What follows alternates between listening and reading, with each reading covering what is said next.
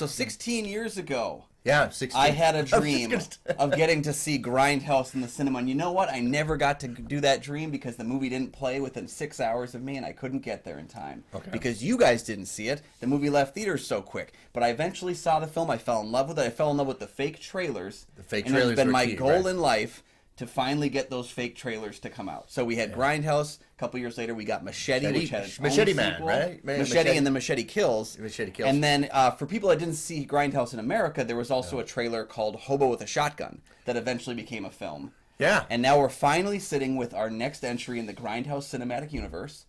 The last one, right? The last one. No, we're waiting. We want our Rob Zombie film, and we want our Edgar Wright film. Okay. You guys are on call now, but we're going to talk at least Eli Roth's return to Grindhouse. Yeah. With Thanksgiving.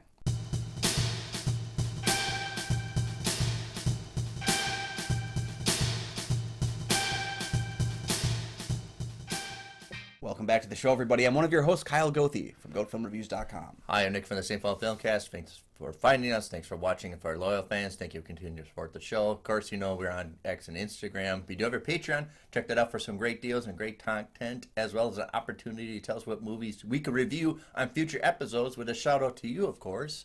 As if you didn't know, both Kyle and I are members of the Minnesota Film Critics Alliance.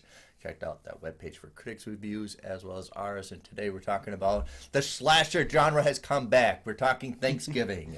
All right. 1 year after a horrible Black Friday tragedy, a serial killer under the guise of John Carver takes to the streets of Plymouth, Massachusetts for vengeance.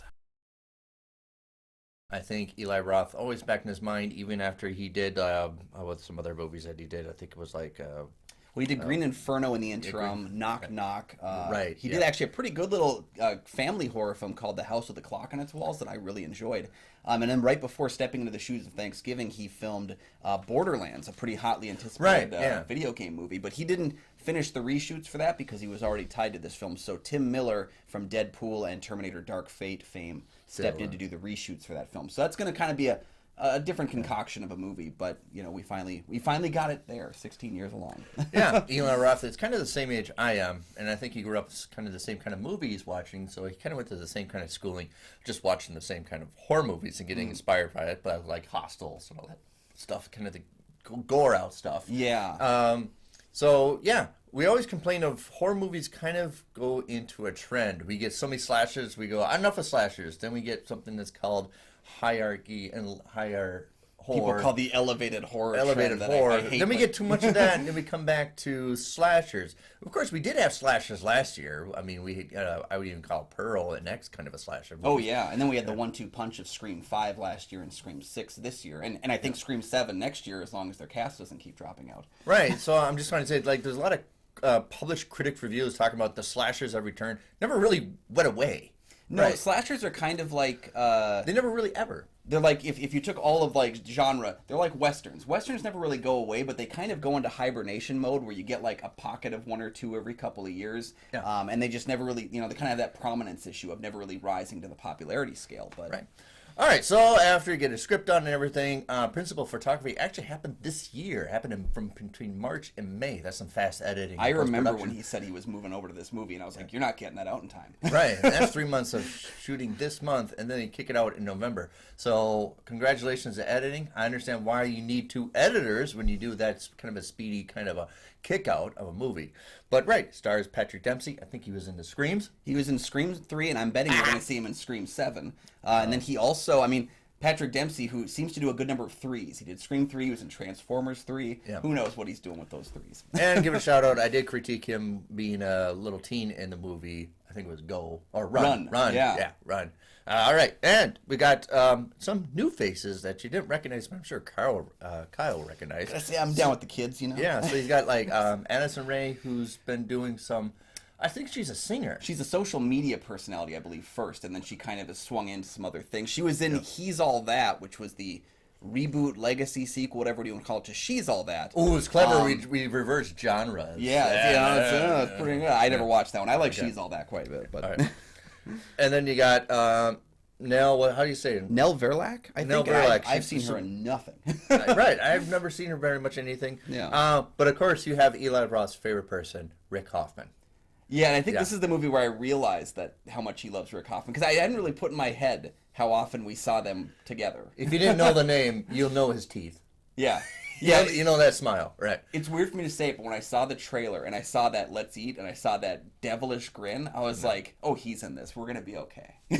And just kind of round out the cast because it is a large assembled cast. We'll take forever doing this show, but shout out to Tim Dillon. He's a comedian, stand-up comedian. He's a comedic podcaster. It's Dillon.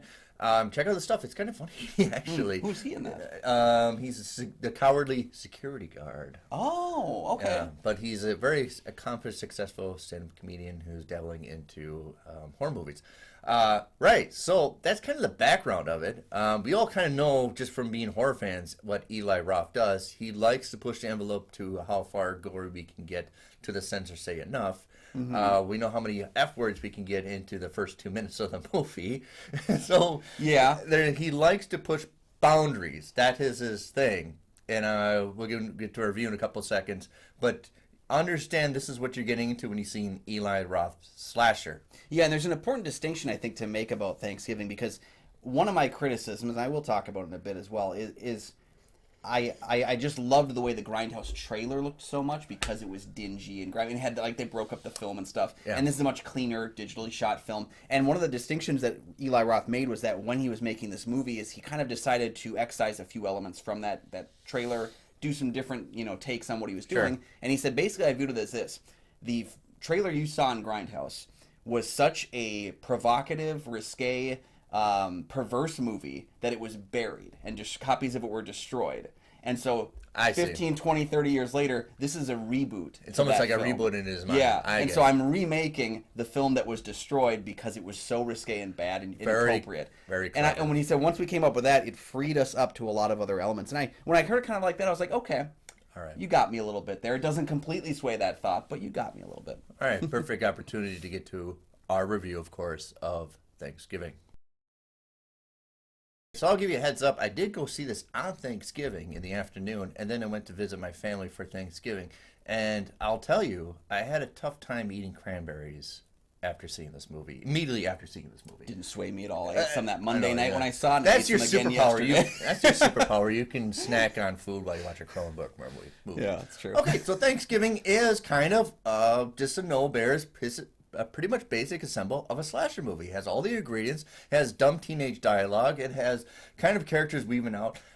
When I watched it, I had a lot of things. Oh my God, they're really lifting a lot of stuff from Scream, Halloween. Not a bad thing, but I just recognized some stuff. Very much like they had a dinner scene that's very much like Texas Chainsaw Massacre. See, I was thinking of Rocky Horror Picture Show, especially when it revealed what's underneath the table and such. Underneath the table, right. And you have these avenues of, well, who's the bad guy? This could be the bad guy. And characters flowing in and out. All of a sudden, the characters are interjected. You have this old man that's a gun dealer that indulges kids in parties. But you like, could he be brought in and stuff? So getting into it, it's very basic. It's not very shy of it. It's not going to advance the culture of slashers. It's not challenging what your definition of it. It just is. Yeah, and pun very much intended when I say this is a very meat and potatoes slasher film. There's nothing wrong with that. But I just mean it plays by the book, it plays by the numbers, and I think one thing that it does really well is going back to that grindhousiness. It does have fun with the idea of Thanksgiving as an idea. Halloween works because it's set on Halloween, because it embraces elements of what you would feel on Halloween. That's actually one of the things that some of the sequels to the Halloween, the better sequels, do, is that they really embrace that fall harvest time. This film as well. If you didn't kill someone with corncob skewers, then what are you doing? If you didn't turn someone into a turkey, what are you doing? And so it's smart and clever that Eli Roth, and especially with his screenwriter Jeff Rendell, who is a stunt performer and actually helped write the screenplay for the 2-minute trailer, they did a good job together of figuring this out. Okay, take out your notes. Make sure you write notes. If you want to do a good slasher movie, get good friends with a good stunt coordinator or stunt person, because that is an elevated thing to do. Also, get a good formula of blood. Yeah. You need a lot of that. Because of course, you get your table saw, you get broken limbs, even in the first couple of minutes of their Black Friday deal. Yeah. obviously Eli Roth is challenging themes in here. We're talking about consumerism. We're talking about what is family dynamics. Talking a little bit about kind of all American culture wrapped up in this basic slasher movie. Yeah, good, bad, and ugly of the whole thing. Yeah. I like that there was a kind of a lifting from Krampus. Krampus opened with that Black Friday sequence where the kids got into a fight, and that film walked so that this one could run with the idea of Black Friday is awful. And I say that as a former Black Friday worker who still places an order every Thanksgiving morning for all the movies he wants. Black Friday is this it's the worst of consumerism culture, is the fact that we make people leave their homes on a holiday to go and service us. And so we can buy our crappy TVs that break up in 3 weeks. And then you got Rick Hoffman playing the owner of the store, and he's all caring about how much money I can make. This is a great opportunity to make money. I'm going to keep the store open no matter what the consequences and the actions of people who are buying products at my store. Not to mention, he's kind of shy away from family dynamic with a new hot wife. So you have all these polarizations, characters being pulled apart for where they want. And I'm trying to use that word, but think about every little character in this movie is getting pulled away from what they want. Mm-hmm. Yeah. And I think the interactions, I really love that this has that small town Plymouth feeling, and that a number of the scenes, like, characters do kind of flow through each other's lives a little bit, and you kind of wonder how do they know each other. With the small town, everybody knows everybody. Well, even the parade is small, but they got quite. How many extras you got is fantastic. Yeah, and I do love the lifting of specific scenes from that trailer and being able to utilize those. That the parade scene, if that had not been in the movie, I would have been mad. There are other things like I do like the. I'm sorry to interrupt, but I do like the horror movie. I mean, everybody's getting murdered. We need to stop the parade. No, we need to keep going the parade, and everybody in the audience is like, yes. Yeah, the mayor for Jaws was just like, do it. But the lifting of certain scenes, I understand why the nude woman on the trampoline scene where the knife comes up as she does the splits. I understand why that's not in the finished product. I understand why Eli Roth showing up and getting fellatioed, and then when she looks up at the end, his head is gone. I understand why it's not in this version of the movie and why it was in the trailer. But that parade scene was necessary. And I do think that using it was a really strong, smart choice. Now, I don't want to say I told you so, but when you make a boat that has that long, pointy end at the end, I knew right when I saw it, I was like, that's not going to be good. I just knew, but that's the fun of this. Yeah, and I think the thing is, as I watched that scene, I was like, that's stupid. I like it. It's, again, embracing Why is this guy marching in this parade with this awful clown get up? And you're like, oh, yeah. Yeah. So I appreciate how the film kind of lifted, and even in that parade scene as well, twisted what we expected to have, because the way the old trailer played out, it does end differently in the film's version of events. So I appreciated that. I will say this, passable performances from most of the younger actors. I don't think anybody was grand and like blew my socks off in the film, but nobody was downright terrible, which is kind of what I expected. I agree. There's obviously a lot of very green acting here. Yeah, and I think that's why having the larger... that's intentional, of course, to have younger people that are, fodder. But I do think, like, surrounding them with people like Patrick Dempsey, like we haven't mentioned Gina Gershon, Ty Olsson, who never gets enough credit, and then Rick Hoffman, having these other kind of people flow into the film who was can it kind Eli of doing the announcing? I heard that it wasn't, but God, I'm convinced that it was. It's almost like that. So, but then having those kind of elements of lifting up the cast, bringing back the cinematographer who shot the trailer and who worked with Eli back on Hostel 1 and 2. Yeah. Bringing back people that you've kind of had in your past to really elevate the cheese, because I think that there's an important level of cheese to the film. It's necessary. Yeah. For an enjoyable experience. If I had one minus criticism, is the stepmother escape, a little drawn out, and it's just a reason to explore the area of the dungeon bad guy, and that's obviously it's just a little, we know she's gonna be recaptured, but her escape is just as simple to navigate around the dynamics of the dungeon just to get more, but it was just kind of, we know what's gonna happen. You could have cut that out and it'd be leaner and faster and great. Of course, you get the big exposition dump at the end, but all of it is, we understand, it's basic slasher formula that we enjoy.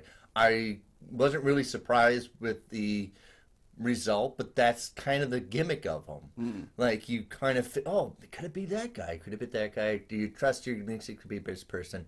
Yeah, I get that. But I love the reveals. I love the journey of it.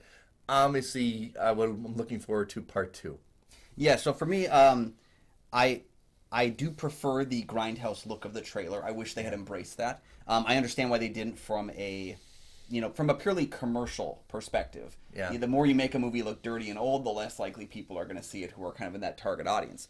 I don't think, the acting performance, some of the younger kids, not great, but not terrible. I will say the killer reveal, I think there were better options than this particular person to be revealed. And I also think it was one of the more obvious reveals. Yeah. And I think the problem is it's almost like there's one specific moment in the first half of the film where something happened in a scene. I was like, well, you basically just told me who the killer is. And then when it's revealed, I'm like, yeah, okay. So I wish that there had been a little bit more of a clever workaround, or perhaps a different killer. Because I think that there's certain other killers that fit the narrative and theme better if they'd been revealed. And sure, they would have been obvious, but I think they would have been just as obvious as the one we got. So there's elements of it that I think don't work very well. Overall, I liked the film quite a bit. I wouldn't put it as high as, say, Talk to Me this year or the new Saw film. Maybe right around that Scream 6 level where it's like, it's a solid... I would definitely put it like one of my top 5 so far of the year, but definitely does not succeed, right? Or Talk to Me. Yeah. Even I was... It's not the best of the year, but I think it's a Evil perfect Dead Rise service. I even enjoyed. Oh, I kind of forgot about that one. Evil Dead Rise is a little bit better. Even the new Scream one's kind of elevated. But I enjoyed Eli Roth's directing in this one. I actually think he's a great director. I don't think he is a great screenwriter. And so most of my issues with his earlier stuff in his career was kind of clunky screenwriting. I hate the screenplay for Cabin Fever. I don't think the screenplay for Hostel is very good. I think he learned for the second Hostel. Green Inferno is one that I think has some great ideas but never really lands. And it's kind of like, I'm happy that he found, Jeff Randell I don't think does a bonkers great screenplay, but it's a good one, and I think it helps to have Eli then elevate that material, and he's having fun with the genre, which is something that we need to have. Especially with slashers, you need a good chemistry with your teenagers. You don't need like the fantastic acting, but a good core of friendly teenagers, and I think it pulls it off. Yeah, well, none of the characters, I couldn't name any of the people. Like, I couldn't name the characters, but I got enough from each one of them where I did feel a certain sense of, oh, he's gone? Okay. Like... Right. What do you think of our take of Thanksgiving? Keep the conversation going. Hit a like, subscribe, or comment down below. Yeah, and let us know your favorite Grindhouse adjacent film from these different spin-offs. And which one would you rather see? Would you rather see Rob Zombie's Werewolf Women of the SS or Edgar Wright's Don't as the next adaptation? My money's got to be on that Rob Zombie thing with Nicolas Cage. You could do like a take of Ilsa, the she Nazi. Yeah, so that would be the one I'd want. But hey, if you want to see Edgar Wright's Don't, let us know in the comment section down below why you'd prefer that one to it. Thank you guys for joining us. Hopefully you're nice and full of our conversation and full of the turkey. And thank you. You can also check out my film reviews over at goatfilmreviews.com. Man, there's a lot from the early 70s of Nazi prison camp B-movie. Grindhouse crap. Yeah, you can find my show, the St. Paul Filmcast, anywhere you find podcasts, and be careful of Thanksgiving in Plymouth, Massachusetts.